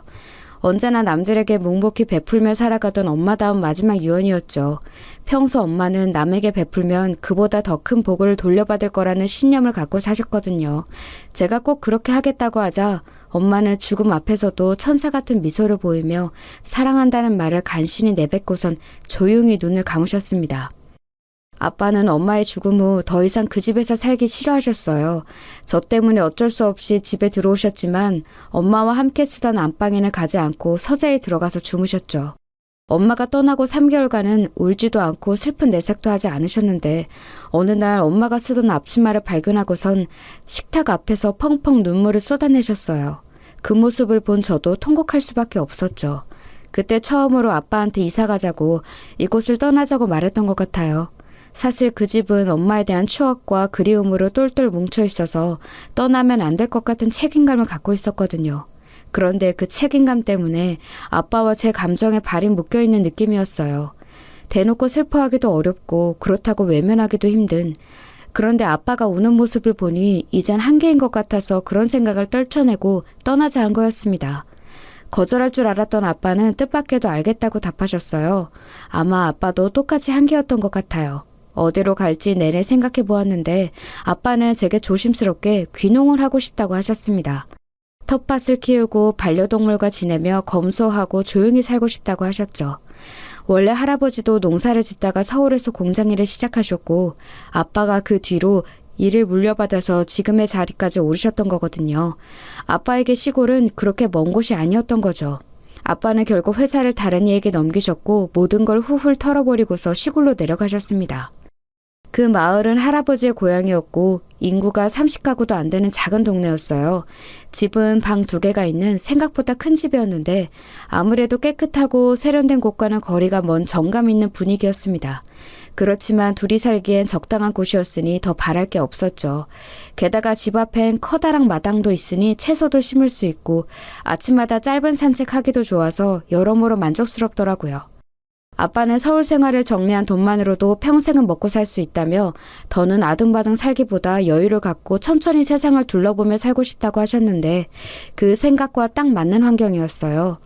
저도 대학 근처에 월세방을 얻고서 학교를 초고속으로 졸업한 뒤 아빠를 따라 시골로 내려갔어요. 당장은 취업보다 아빠 곁에서 시간을 보내는 게 좋을 것 같다고 생각했거든요. 그때를 시작으로 아빠와 한적한 시골 동네에서 지내게 되었고 그게 어느덧 3년이나 되었죠. 그 몇 년의 시간이 제겐 가장 뜻깊은 시기였어요. 많은 고민과 생각을 하며 삶의 의미에 대해서 다시 돌아보는 재고의 시간이었거든요. 제 인생의 터닝포인트나 마찬가지였습니다. 뚜렷하게 무언가를 이룬 건 아니지만 살아가는데 자양분이 될 수 있는 경험을 많이 했죠. 3년간 책을 300권 넘게 읽었고 명상과 요가, 등산과 밭일을 하면서 건강을 돌보았죠. 매일 길고 짧은 일기를 썼고 각종 시나리오와 시, 소설도 몇십 편 썼어요. 여름에는 근처 계곡을 가거나 아빠의 밭일을 돕고 겨울에는 종일 마당과 걸어 올라오는 하나뿐인 길에 눈을 치우고 방 안에서 이불을 꽁꽁 덮은 채 책을 읽거나 그림을 그리곤 했죠. 지루할 것만 같았던 시골에서의 삶은 오히려 저를 천천히 돌아보는 계기가 되었고 아빠와도 많은 대화를 하며 부녀 사이 오해와 마음의 짐을 없애고 진정한 가족이 될 수 있었어요. 아빠는 엄마가 떠난 슬픔을 많이 이겨내신 듯했고 전보다 훨씬 밝아지셨고요. 동네 주민들과 어울려 여행도 가실 정도였죠. 그게 전부 다 제 덕분이라던 아빠의 말이 아직도 기억에 남아요. 그렇지만 처음 아빠 곁에서 지내게 될 때부터 아빠는 몇 번이나 제게 마을을 떠날 것을 권유하셨습니다. 제가 무슨 일을 하든 뒷받침해줄 여력은 충분하니 이제 당신의 곁을 떠나 취업도 하고 원하는 일을 하라고요. 그렇지만 당시에 저는 아직 엄마에 대한 생각을 떨치고 홀로 설 준비가 되지 않았어요. 게다가 제가 좋아하는 일, 하고 싶은 일이 뭔지 모르겠더라고요. 원래는 아빠 회사에 들어가고 싶어서 경영학과를 전공했거든요. 그런데 정신없이 흘러가는 삶과 멀어지다 보니 제가 진정으로 원했던 일이 그게 아니었다는 걸 알게 됐어요. 그냥 의뢰 그러하듯이 아빠의 일을 이어받는 게 당연하다고 생각해 갖게 된 꿈이었다는 걸 깨달은 거죠. 그래서 다시 저를 돌아보며 어떤 일을 해야 할지 고민해 보았는데 문득 제가 어릴 적 작가를 꿈꿨다는 게 다시금 생각나더라고요. 글 쓰는 걸 좋아해서 카페 사이트를 만들어서 업로드하고 친구들에게 보여주고 그랬었거든요. 친구들이 좋아하는 반응을 볼 때마다 뿌듯해하면서 나중에 꼭 성공한 드라마 작가가 되겠다고 마음먹었는데 어느새 희미해진 그 꿈이 시골에서의 삶을 기점으로 다시 점점 커지더라고요. 소설 작가가 돼서 내 삶을 어루만지고 위로해줄 수 있는 글, 그 감동이 전해져 누군가의 하루에도 변화를 줄 수 있는 글을 쓰고 싶다는 생각이 들었습니다. 그때가 아빠와 귀농을 한 지 1년차 되던 해의 결심이었죠. 저는 본격적으로 글을 쓰기 시작해 여러 공모에 도전하는 등 부단한 노력을 하기 시작했어요. 이룰 수 없을 정도의 헛된 꿈은 아니었던지 몇 년 후엔 공모도 당선되고 출판사로부터 연락을 받는 등 재능을 인정받을 수 있는 기회가 생겼습니다. 미래가 보장된 뚜렷한 기회가 생긴 뒤에야 저는 아빠의 곁을 떠나 다시 서울로 거처를 옮기게 됐어요. 그때 처음 작가를 하고 싶다고 아빠한테 말씀드렸던 것 같아요. 그렇지만 아빠도 어느 정도 예상을 하고 계셨더라고요. 제가 틈틈이 책을 읽고 글을 쓰는 모습을 멀리서 지켜보며 작가의 길도 나쁘지 않겠다는 생각이 드셨대요. 사실 원래 아빠라면 어림도 없다고 하셨을 텐데 말이에요. 일에 대한 면에서 좀 고지식한 면이 있거든요. 그런데 지금의 아빠는 제가 성장했던 것처럼 신념과 가치관이 바뀌게 된 듯 했습니다. 진정으로 제가 원하는 일이라면 그 무엇이든 상관없다는 말에 저도 더욱더 제 꿈에 확신을 갖고 나아갈 수 있었어요. 그 뒤로 저는 지금까지 글 쓰는 일을 하면서 하고 싶은 이야기를 마음껏 쓰고 말하고 전하고 있습니다. 글을 쓰면서 가장 좋은 건 제 마음을 더 들여다볼 수 있게 됐다는 거예요. 엄마에 대한 그리움을 단순히 담아두기만 하는 게 아니라 글로 표출함으로써 조금씩 마음의 여백을 채워나갈 수 있게 됐거든요. 제가 이렇게 변화한 모습을 보며 아빠도 참 많이 좋아하셨죠. 어느새 제가 20대 후반이 됐을 즈음 오랜만에 시골집으로 내려가 아빠와 식사를 하던 때였어요.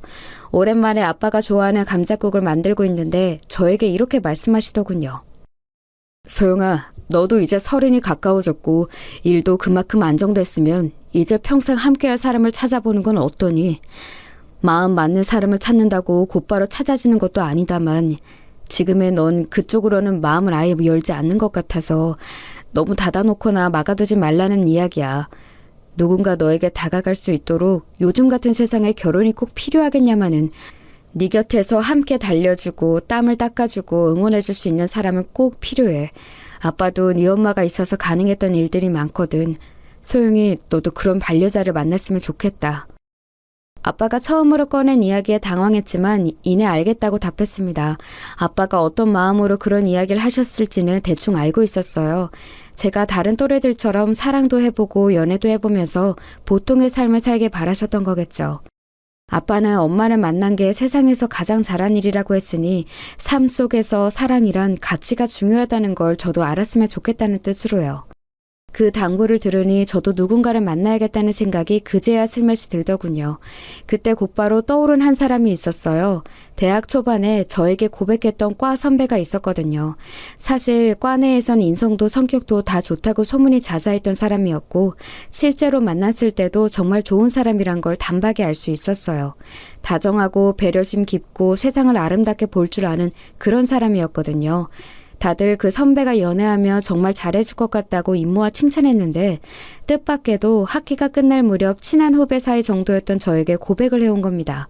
그간 곁에서 지켜보았는데 저와 함께 있고 싶다는 생각이 들었다면서요. 그런데 당시 엄마가 투병 중일 때라 전 누군가를 만날 여유가 없었어요. 사실 저 또한 선배에 대한 마음이 있었지만 거절해야 하는 상황이니 그걸 말할 수 없었죠. 엄마가 돌아가신 후엔 학원매만 열중해서 조기 졸업을 했고 그 후엔 또 바로 아빠를 따라 시골로 내려갔으니 만날 틈이 없었습니다. 그렇게 7년이란 시간이 지나고 나서야 그 선배가 문득 생각이 나서 처음으로 먼저 연락을 해봤습니다. 사실 저도 당시 무슨 용기로 그렇게 했는지 모르겠어요. 그 선배와 알고 지낸 건 고작 1년 반 정도의 시간이었고 그 뒤로 7년이란 긴 시간이 지났는데 말이에요. 저에게 화가 난 상태거나 아예 깨끗이 잊은 상태거나 누군가 옆에 있는 갖가지 문제들이 있을 수 있는데도 그런 걸 하나도 고려하지 않은 채 연락을 해버린 겁니다.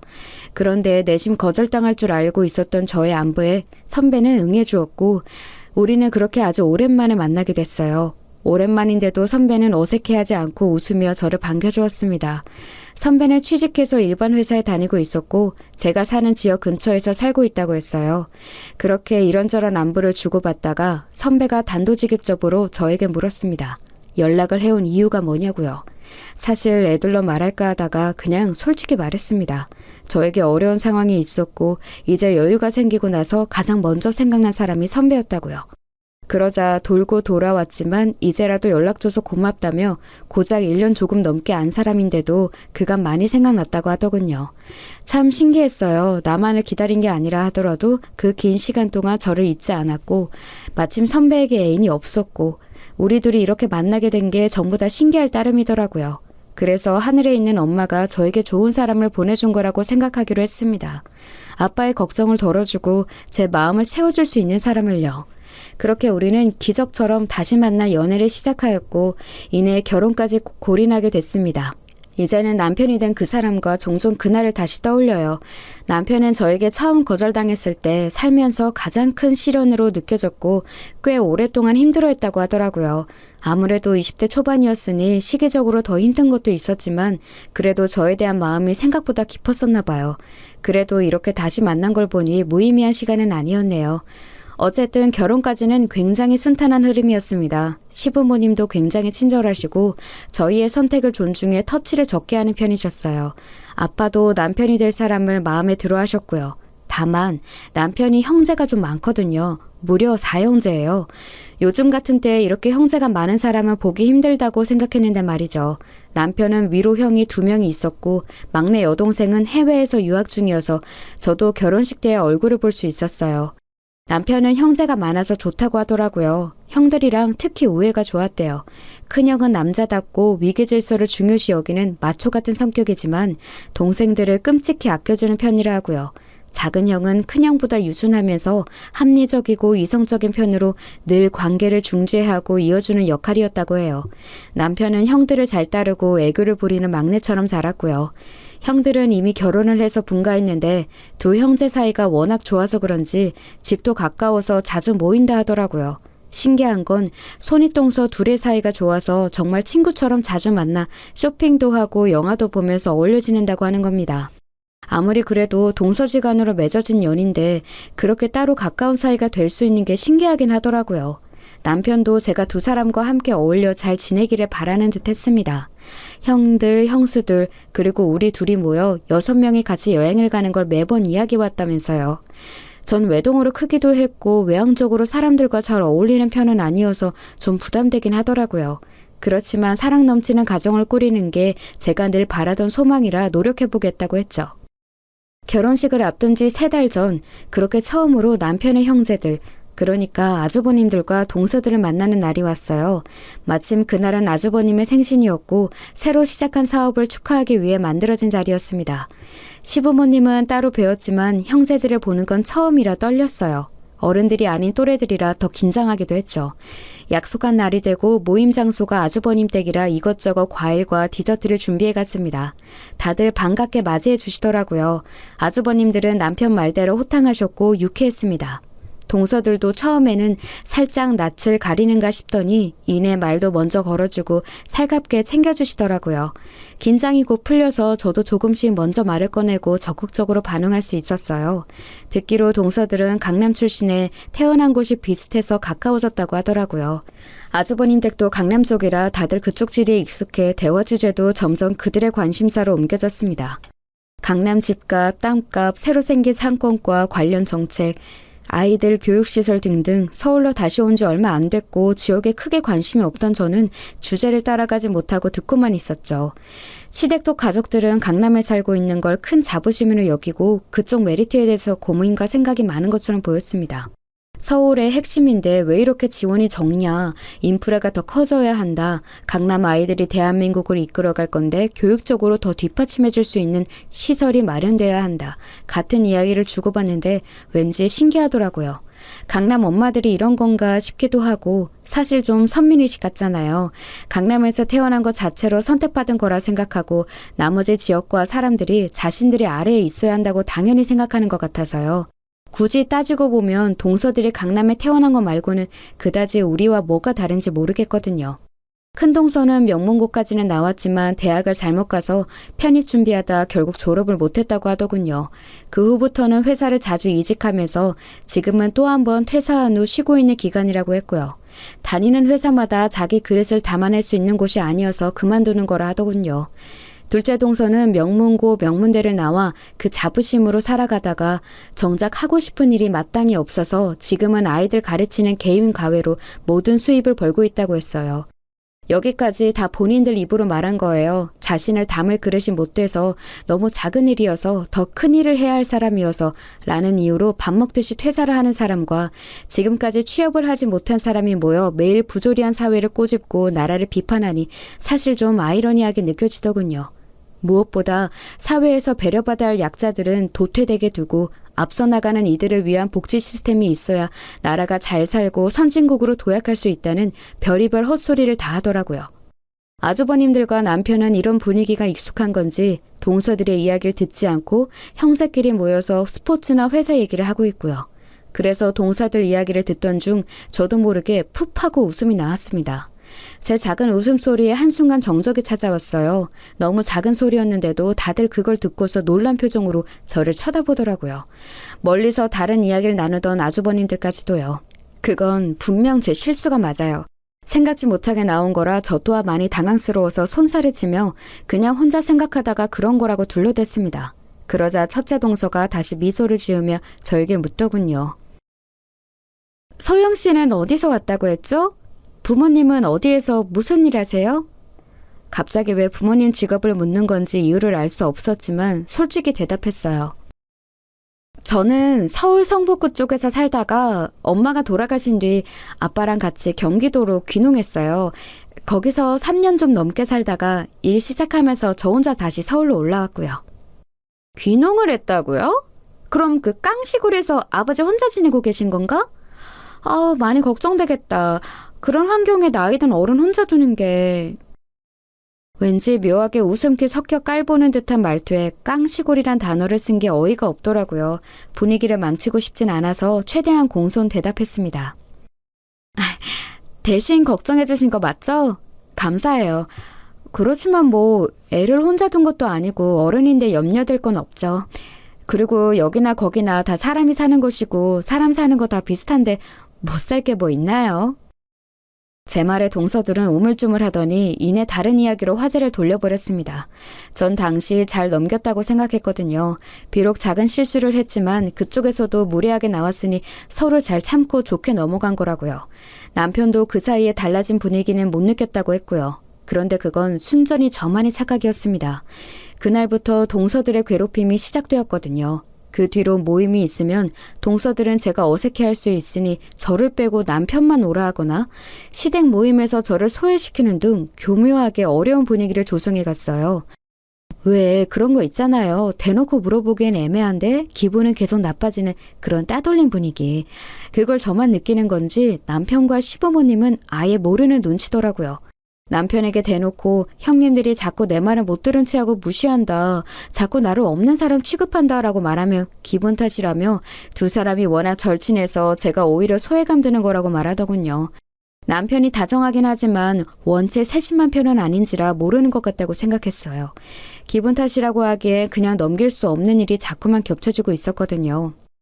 결혼식 당일 정말 정신없이 준비하고 사람들을 맞이하면서 하루가 어떻게 흘러가는지 모르겠더라고요. 그런 와중에 가족들과 인사를 하는데 저 멀리서 환히 웃으며 다가오는 동서들이 각각 하얀색 재킷과 하얀색 원피스를 입고 있더라고요. 당황해서 어버버 하는데 저에게 다가와 너무 예쁘다는 둥, 드레스가 너무 잘 어울린다는 둥 갖가지 칭찬을 해주는 겁니다. 이렇게 좋은 말을 해주는데 옷은 그냥 신경을 못 쓴 거겠지 하고 넘기려고 했습니다. 그런데 웨딩 사진 촬영 때도 재킷을 안 벗고 굳이 바로 제 옆에 찰싹 붙어서 사진을 찍으려고 하더군요. 뭐 그것까지도 그려려니 했어요. 당시엔 차마 고의적인 거라고는 생각 못했거든요. 설마 그렇게 치졸하게 나올까 싶었는데 설마가 진짜더라고요. 혼주석에 인사를 드릴 때 엄마 생각이 나서 제가 눈물을 흘렸거든요. 그런데 시기 끝나고 둘째 동서가 필요한데 굳이 저한테 와서 한 소리를 하더군요. 동서, 이렇게 좋은 날에 이런 소리 안 하고 싶었는데 시골일 때 그렇게 울면 안 되지. 상대편 집안 욕먹이는 거야 그거. 굳이 사연 있는 여자처럼 보이고 싶어? 나 같으면 어떻게든 꾹 참았겠다. 아무리 혼주석이 하나 비었다고 해도 정말로 청승맞아 보여서 나까지 민망했다니까. 생각해보면 둘째 동서가 특히나 저에게 날이 서 있었어요. 항상 큰 동서를 먼저 이끌어 분위기를 조성하는 건 둘째 동서였고 제게 노골적으로 씨가 있는 말을 하는 것도 늘 둘째 동서였죠. 게다가 사람들이 있는 데서는 몸을 사리고 꼭 뒤에서 이렇게 교묘하게 말하는 게 주특기인 걸 보면 뭔가 제 뒤에서 작당 모의를 해왔던 거겠죠. 어쩌면 제가 가장 조심해야 하는 건 둘째 동서라는 생각이 들었습니다. 혼조성 얘기까지 나오니 화가 나서 형님에게 한 소리 하려고 했습니다. 그러자 그 옆에서 이야기를 엿듣던 아빠가 참으라며 제 손을 꼭 잡아주셨어요. 그래서 저도 주변의 눈치를 보고선 간신히 화를 참았죠. 그렇게 손님들을 다 보내고 난 후 저는 아빠와 잠시 앉아 숨을 돌리는 시간을 가졌습니다. 그때 아빠가 아까 형님과 있던 일에 대해서 이야기를 꺼내셨어요. 따로 사이가 안 좋은 거냐고요. 그런 건 아니라고 했지만 좀 마음에 걸리긴 한다고 대답했죠. 그러자 아빠가 둘째 동서를 알고 있다는 겁니다. 전 깜짝 놀라 어떻게 본 사이냐고 물었어요. 알고 보니 아빠 회사에 있던 직원의 딸이라는 겁니다. 아빠를 끔찍이도 따르던 직원 중 한 명이었는데 재직 당시 큰 실수를 해서 회사 자금적으로 손실이 컸을 때도 아빠가 그 금액을 메꿔줘서 그 이후부터 엄청 감사해하면서 따랐다고 하더라고요. 아빠 덕분에 회사를 그만두지 않고 정년퇴직까지 할 수 있었으니 아마 그 집 내에서도 아빠의 존재를 잘 알고 있겠죠. 지금까지도 아빠한테 종종 연락을 해오며 명절 때는 선물도 꼬박꼬박 보내고 계신다고 하더라고요. 돈이 얽힌 채무 문제가 있었음에도 직장 상사와 직원으로 아직도 좋은 연을 유지해오고 있으니 참 대단한 연이라 생각이 들었죠. 아빠도 엄마처럼 늘 주변의 이들에게 손을 내밀어주는 사려 깊은 삶을 살아오신 분이라 이렇게 또 연이 생기게 되더라고요. 그 직원분과의 관계가 이어져 오면서 아빠는 직원의 딸인 둘째 동서 결혼식까지 가게 된 거였고 아빠 혼자만 딸의 얼굴을 알고 있던 겁니다. 그러다 여기서 이렇게 만나게 돼서 많이 놀랍다고 하셨어요. 생각지 못한 이야기에 저도 크게 놀랐습니다. 아빠는 만약 계속 괴롭힌다면 아빠 이름을 대라면서 그럼 바로 알 거라고 말했어요. 그리고는 아빠에게 갚을 돈에 대해서 말하면 앞으론 끽소리도 못할 거라 하셨죠. 적어도 생명의 은인 집안에게 꼼짝 못할 테니까요. 동서는 제 결혼식까지 왔으면서 아빠 이름을 확인도 보지 않은 것 같더라고요. 그러니 그 뒤에도 저를 괴롭힌 거겠죠. 이 사실을 알면 둘째 동서가 어떤 말을 할까 궁금했지만 아빠 말처럼 언젠가 저를 위한 호신용으로 쓸 무기로서 두고서 우선은 묵인하기로 했습니다. 결혼식 후 남편과 저는 서로를 배려하고 위해주며 행복한 신혼생활을 이어갔습니다. 저는 주말마다 어르신들을 돕는 봉사활동을 가곤 했는데 이젠 남편이 함께 해주면서 일주일 내내 가정 안팎으로 사랑 넘치는 시간을 보낼 수 있었어요. 때마다 아빠를 만나러 시골도 가주고 셋이 여행도 가면서 가깝게 보냈죠. 남편은 아빠가 엄마 때문에 회사를 다른 사람에게 옮기고 귀농했다는 걸 알고 있었어요. 그래서 아빠가 느낄 고독과 적적함, 사람에 대한 그리움을 크게 이해해주면서 항상 먼저 찾아뵙고자 말해주었어요. 저는 그 점이 참 고맙더라고요. 먼저 그렇게 가족을 챙겨주는 게 쉽지 않은 일이란 걸 아니까 그런 남편을 봐서 저도 시댁에 더 잘하고 싶더라고요. 그래서 자주 연락드리고 찾아뵈면서 많은 시간을 보내려고 했어요. 그러다 보니 정말로 제가 결혼을 잘했다는 생각이 들더라고요. 물론 동서들 문제로 조금 귀찮고 신경 쓰일 때도 있지만 그건 일부분이니 눈앞에 있는 사랑하는 사람과 행복한 나날을 보낼 수 있다는 것에 감사하기로 했어요. 그렇게 즐거운 한때를 보내던 차에 또 한 번 일이 터졌습니다. 저는 가까운 거리를 자전거로 이동하곤 했거든요. 남편은 자차로 매일 출퇴근을 하고 저는 굳이 돈을 허투루 쓰고 싶지 않아 하니 나갈 일이 있으면 자전거로 이동하는 게 제일 편하고 좋아서요. 제가 사는 쪽에는 대중교통을 이용하는 것도 좀 힘든 곳이었고요. 그런데 하루는 제가 미팅을 가다가 내리막길 도로에서 넘어져 다리를 다치게 된 겁니다. 큰 부상은 아니었지만 크게 다칠 뻔했던 일이었어요. 남편은 너무 놀라서 이제 자전거는 타지 말라고 차를 사거나 택시를 타라고 제게 일렀습니다. 저도 한번 다치고 나니까 자전거를 타는 게 겁나지더라고요. 택시를 타는 건 번거로우니 그냥 이참에 차를 사는 게 낫겠다 싶었어요. 다쳐서 차를 사는 건데 경차를 사는 건 뭔가 불안하더라고요. 이왕 사는 거 중고라도 크고 튼튼한 차를 사기로 했습니다. 여태껏 돈 한 번 허투루 쓴 적 없고 꼭 필요한 일에만 아끼지 말고 쓸 땐 쓰자는 주의로 살아왔거든요. 제가 번 것 외에도 아빠가 결혼할 때 보태준 돈도 있으니 좀 큰 돈을 주고서 제 나름대로 튼튼하고 좋은 차를 샀어요. 제가 사용하기에는 사이즈는 좀 컸지만 마음에 쏙 들긴 하더라고요. 그때부터 운전 실력을 늘리려고 가까운 거리도 차로 이동하고 드라이브도 갔어요. 아주 적극적으로 차의 편리함을 만끽하고 있었죠. 그러던 중 시어머니가 지방에 오래 머물 일이 있으셔서 곧 내려가셔야 하는데 그 전에 며느리들에게 맛있는 걸 사주고 싶으시다고 여자들만 모이는 자리를 만들어 주셨습니다.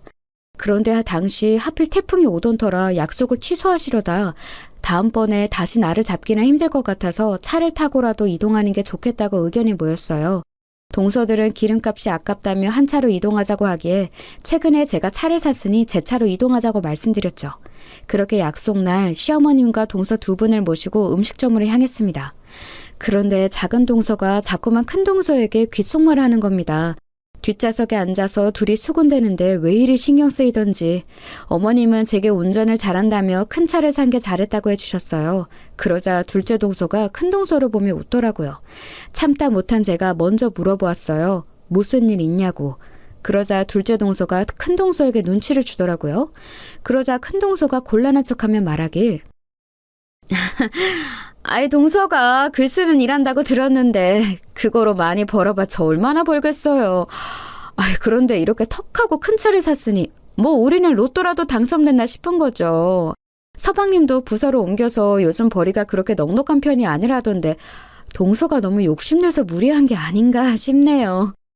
여태 모아둔 걸로 했거나 친정에서 도와주셨나 보지. 친정에서 도와주실 수가 있나요? 그럴 수가 있나 싶은데? 또 그 비오는 그 말투, 이번에도 분명 둘째 동서가 시작한 일일 겁니다. 거북해서 뭐라 답하지 않고 있는데 시어머님이 대신 나서주셨어요. 이해를 하든 못하든 남이 관여할 일은 아니라고 보는데 남의 집 벌이랑 살림살에 끼어드는 거 아니다. 너희가 매일 모여서 그런 이야기만 하는 거 아닌데 상황과 때는 지켜서 말해야 하는 거다. 시어머님이 나서서 제 편을 들어주시자 동서들은 입을 꾹 다물었습니다. 앞에서 운전하는데도 뒤에서 저를 째려보는 시선이 느껴지더군요. 오히려 저에 대한 미움이 더 커진 것 같았지만 기분은 좋았으니 상관없었어요. 그렇게 식사 자리에서 밥을 먹고 넓은 카페로 자리를 옮겼습니다. 어머님은 먼저 올라가 계셨고 제가 커피를 주문한 후 가져가라고 기다리고 있었어요. 그때 작은 동서가 저에게 다가오더니 또다시 시비를 거는 겁니다. 어머님이 편을 들어주니 얼굴이 폈다는 등 시집살이 안 해서 좋겠다는 등 이제 나이 대놓고 꼽을 주더라고요. 그래서 저도 지지 않고 물었습니다. 제 뭐가 마음에 안 들어서 자꾸 이렇게 괴롭히시는 거냐고요. 그 대답이 정말 가관이더군요. 우리도 처음엔 잘해주려고 했어. 알지? 관계를 망친 건 너라고. 어디 코딱지만한 시골 바닥에서 온 주제에 자꾸 손윗 사람을 깔보고 우습게 봤잖아. 첫째 언니는 단순한 거 순둥이라서 너 같은 여우의 속셈을 몰라. 내가 말해주면 아 정말 그런가 하고 그제야 반응할 뿐이지. 그게 답답해서 앞으로 내가 대신 좀 교육해주려고 해. 그러니 잠자코 듣기나 하라고. 말대꾸하지 말고. 드라마에서나 보던 양아치 모습 그대로였어요. 황당해서 가만히 쳐다보는데 휙 하고 웃으며 화장실에서 나오던 큰 동서를 데리고 어머님께로 향하더라고요. 세상 살면서 참 별의별 일이 다 있구나 싶었습니다. 그래도 참자 부족한 사람에게 손 한 번 더 내밀어준다고 생각하자는 마음으로 화를 다스렸어요. 그리고 커피를 가지고 테이블을 향했죠. 동서들은 아무 일도 없었다는 듯 하하호호 웃으며 어머님과 수다를 떨고 있더라고요. 저는 적당히 반응만 해주던 중 둘째 동서가 저희 아빠에 대한 이야기를 하기 시작했습니다. 저희 아빠가 정말로 은인처럼 모시는 분이 있거든요. 아빠가 다니던 회사 대표님이셨는데 제 가족이 어려울 때 손 내밀어 주신 분이에요. 그분 아니었으면 빚 때문에 아빠랑 엄마, 저랑 동생 전부 다 흩어져 살 수도 있었고 저도 명문대는커녕 대학도 꿈꾸기 어려웠을 거예요. 전 얼굴도 모르지만 늘 감사한 마음으로 지내고 있어요. 덕분에 이렇게 잘 커서 좋은 집으로 시집도 올 수 있었으니까요. 어머님과 큰 동서는 둘째 동서의 말에 감명 깊어하며 반응해 주었지만 전 가만히 있었어요. 전 속으로 그게 우리 아빠야 이 자식아 라고 소리쳤지만 입 밖으로는 말하지 않았죠. 말만 들으며 감사히 할 줄 아는 건실한 청년 같은데 사실 속이 베베 꼬인 사람과 싸우는 건 저만 손해니까요. 그렇게 이야기를 나누고 우린 밖으로 나갔습니다. 어머님이 화장실에 다녀오시는 동안 저희는 카페 1층 밖에서 쏟아지는 비를 보고 있었죠. 안 그래도 쏟아지는 비에 아빠가 걱정돼서 아침 일찍 통화를 나눴었거든요. 아빠는 집이 고지대에 있어서 다행히 별다른 피해는 없을 것 같다며 저나 다치지 않게 조심하라고 말씀하셨죠. 그래도 혼자 계신 아빠가 걱정되는 건 어쩔 수 없더라고요. 내일 비가 그치면 바로 찾아뵈어야겠다고 생각하며 비를 보고 있었어요. 그런 저의 이성을 둘째 동서가 말 한마디로 단박에 끊어버렸습니다. 비가 엄청 오네? 이러다 동서 친정집 떠내려가는 거 아니야? 그럼 혼자 남은 아버지가 섭섭해하시겠다. 여기서 우리랑 이렇게 커피나 마실 때가 아니라 시골로 내려가 봐야 할 것 같은데. 뭐 이미 떠내려간 후였을 수도 있고. 그 말을 하며 키득키득 웃는데 저는 순간 화를 참지 못하고 둘째 동서의 뺨을 때렸습니다. 엄마는 제게 그러셨죠. 남을 이해하고 그대로 받아들이고 서로 도우며 살아가라고요. 혼자 사는 세상이 아니니 더불어 살을 부딪히며 살아가야 한다고요. 하지만 그 말은 상황에 따라 다르다는 걸 제 인생에 어느 때나 통용되는 좌우명이 될 수 없다는 걸 깨달았어요. 이렇게 우리 가족의 얼굴에 침을 뱉고 비아냥대는 인간에게는 손을 내밀어 주는 게 아니라 그 손으로 시원하게 일격을 가하는 게 정답이라는 걸요. 제게 뺨을 맞은 둘째 동서는 그대로 날아가 빗속에 주저앉았습니다. 큰 동서가 놀라서 따라가 일으켜 주었죠. 둘째 동서는 있는 대로 열이 받은 듯 일어나 제게 덤벼들었습니다. 동서가 몰랐던 것 같은데 저는 시골에서 몇 년 동안 지내며 하루도 빠지지 않고 운동과 밭일을 하면서 체력이 굉장히 좋은 편이었거든요. 글을 쓴다고 해서 힘이 없을 거란 건 편견일 뿐이었죠. 저에게 달려드는 동서의 멱살을 잡고서 저는 다시 뒤로 밀쳐버렸어요. 그리고 당황하는 그 얼굴에 참아왔던 말을 쏟아부었죠. 그동안 인간적으로 대해주려고 했는데 도저히 안 되겠네. 정길준, 이 이름 알죠? 형님이 아까 본인 입으로 술술 말했잖아요. 가족의 은인이라고. 그 은인인 정길준이 바로 우리 친정 아빠라는 거 아직도 몰랐어요? 그간 툭하면 강남, 명문고, 명문대 귀에 딱지가 않게 말하더니 정작 인간답게 사는 걸 모르니 배운 게 다 어디로 갔나 싶네. 그쪽에 멸시하고 모욕한 시골에 사는 우리 아빠한테 전해줄게요. 그쪽 아버지가 말아먹은 재산 도로 다시 받으라고. 그럼 형님이 그 집안에서 어떤 취급을 당할지 눈에 훤하겠다. 그쵸? 뺨 맞은 거 고소해요. 나도 똑같이 사기죄로 그쪽 아버지 고소할 테니까. 그러자 둘째 동서는 생각지도 못했다는 듯 아무 말도 못하다가 이내 상황 파악을 한 듯 했습니다. 그때부터 제 다리를 잡고 늘어지기 시작했죠. 동서. 미안해. 내가 잘못했어. 실수한 거야. 방금은 난 전혀 몰랐다고. 알았으면 이렇게 안 했지. 내가 실수했네. 크게 실수했어. 한 번만 봐줘. 우리 아빠 지금 그 소식 들으면 뒷목 잡고 쓰러지셔. 사실 난 그냥 형님이 시킨 대로 한 거야. 막내 동서 교육 잘 들여야 한다는 말 듣고 한 거라고. 어머, 얘 좀 봐. 지금 무슨 소리 하는 거야. 내가 언제 시켰어. 네가 매번 날 살살 꼬드기면서 막내 동서랑 이간질했잖아. 난 그간 정의했으니 못 이기쳐 따라가 준 건데 진짜 웃기네 너. 어느새 둘이 싸우고 있기에 머리가 지끈거려서 보고만 있었습니다. 이윽고 시어머님이 오셨고 저는 어머님만 모시고 차를 타 그곳을 빠져나왔습니다. 동서들이 싸우고 있다가 제가 차문을 잠그니까 그 빗속에 따라와서는 문을 열라고 고래고래 소리를 지르더군요. 자기들은 어떻게 집에 가냐면서요. 그래서 살짝 창문을 내리고선 형편에 맞지 않는 차 타지 말고 본인들 재량껏 알아서 오라고 했습니다. 그러자 아주 색 난리를 치는데 오히려 웃음이 나더라고요. 시어머님은 당황하며 무슨 일이 있었냐고 물으셨어요. 저는 결혼 전에 있었던 일부터 시작해 방금 전 일까지 전부 다 말씀드렸습니다. 그리고 이런 못난 모습 보여드려서 죄송하다고도 했죠. 잠자코 듣고만 계셨던 시어머님은 저를 이해한다며 그동안 마음고생이 심했을 텐데 이제 화를 푸는 게 어떻겠냐고 말씀해 주셨어요. 마음속에 미움을 갖고 살면 그 사람이 더 힘들어진다고요. 그 말을 듣는데 눈물이 흘러나왔어요. 어머님 말씀이 맞아요. 제 안에는 그가 남에 대한 미움으로 가득 차서 어쩌면 이런 다툼의 순간이 오길 바랐던 것 같아요. 제가 너무 못나진 것 같아서 마음에 여유 없이 살아온 것 같아서 지난 시간이 반성되더라고요. 둘째 동서를 용서하든 안 하든 그건 제 자유니까 저에게 선택을 맡기겠다는 어머님의 말에 그날 밤 많이 고민했어요. 둘째 동서는 계속해서 제게 연락을 해오며 사과하는 상황이었고요. 저는 이대로 넘어갈 수는 없을 것 같아 다음 날 아빠를 찾아뵙고는 그간 있었던 일에 대해 말씀드렸습니다. 그렇지만 고소하는 것보다 차라리 아빠가 그 직원분에게 이런 일이 있었다고만 전해드려도 충분히 잘못을 꾸짖을 수 있을 것 같다고 했어요. 아빠 생각도 저와 같았고요.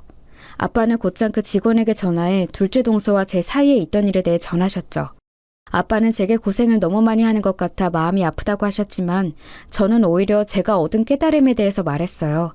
살면서 이 정도 교훈을 얻으려면 그만큼의 대가가 있어야 한다는 것도요. 아빠는 제가 엄마와는 다른 방향으로 그렇지만 성숙한 어른이 된 것 같아 마음이 놓인다고 해주셨습니다. 서울로 돌아갔더니 집 앞에 둘째 동서가 있었습니다. 저를 보자마자 무릎 꿇으며 또다시 사과하더라고요.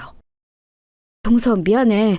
아빠가 사과받고 오라고 안 그럼 날 죽이겠다고 했어. 날 용서한다는 말 한마디만 해주면 안 될까? 제발.